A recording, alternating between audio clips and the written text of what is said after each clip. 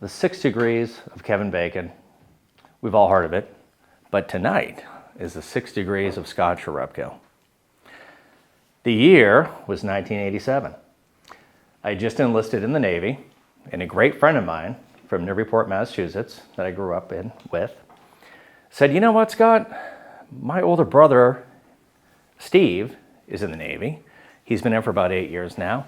And when he comes home on leave, I'm going to introduce you to him.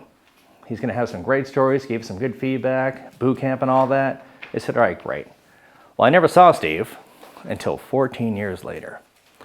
I'm in Rota, Spain, at a Navy base with my SEAL platoon. And I'd get an email every day that typically said, "From weather@rota.navy.mil." It was a weather report that we'd receive every day for training and so forth. But this day, it said, "From schetsis@weather.rota.navy.mil." And I said, "There's no way." So I replied back to the weatherman, and I said, "Hey, Senior Chief, this is Lieutenant Scott Chierepko. By any chance, are you from Newburyport, Massachusetts, and do you have a younger brother named Alex?" 3 minutes later, you have mail. "Hey, Scott, meet me at the bowling alley at noon. Lunch is on me." I finally met Steve, and it made that deployment great because he and his wife had lived there for 2 years already. The year was 1999. I'm in Okinawa, Japan, with the West Coast SEAL team.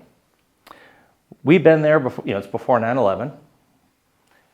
We had been in Okinawa doing jobs all over, going to different countries, training foreigners, doing our own exercise training, and it's time to leave.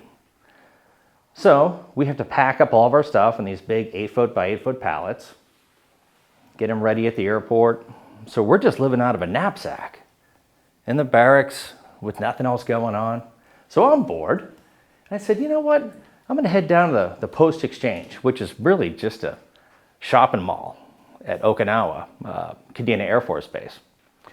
So I walk through a door. It's in the mini mart.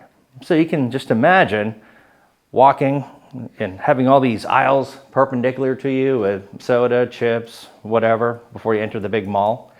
And I'm walking, and out of the corner of my eye, I see a gentleman with a Red Sox hat on.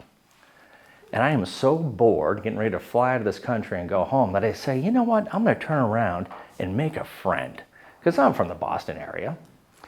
I walk back that same aisle, walk down, and I look at this guy, and he looks at me, and he goes, "Scott?" And I said, "Dave? What the blank are you doing in Japan?" And I said, "Dave, what the blank are you doing in Japan?" Turns out he was in the Army station there, and needless to say, we had a liquid lunch, and I almost missed my flight the next day.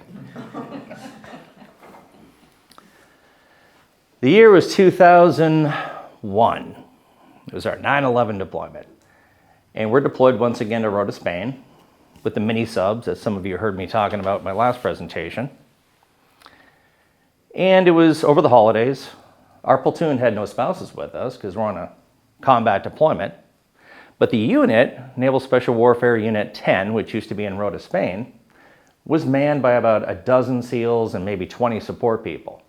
So they were there with their families. 3-year tours typically. Well, it was Christmas time. So the leadership said to me, I was the platoon commander, "Hey, Scott, you should invite your crew, or your platoon, to the Master Chief's house. He's having a Christmas party for the unit, and you guys are all alone." Well, of course, if it's a party, we're coming. So they had a keg of beer on the front lawn, fire pit going, barbecue, and it was the evening. We're drinking beers, having a good time. All their spouses were there. And then the Command Master Chief, Brian, is with his wife. And his wife says, "Hey, Scott, we've never really formally met. Where are you from?" I said, "Well, I'm from a little fishing town in Massachusetts called Newburyport." And Brian overhears me and he says, "Scott, did you just say Newburyport?" "Yeah, Newburyport, Massachusetts." Now, I knew when Brian went through SEAL training, it was in the early 80s, and he said the best man for my wedding is from Newburyport, Massachusetts.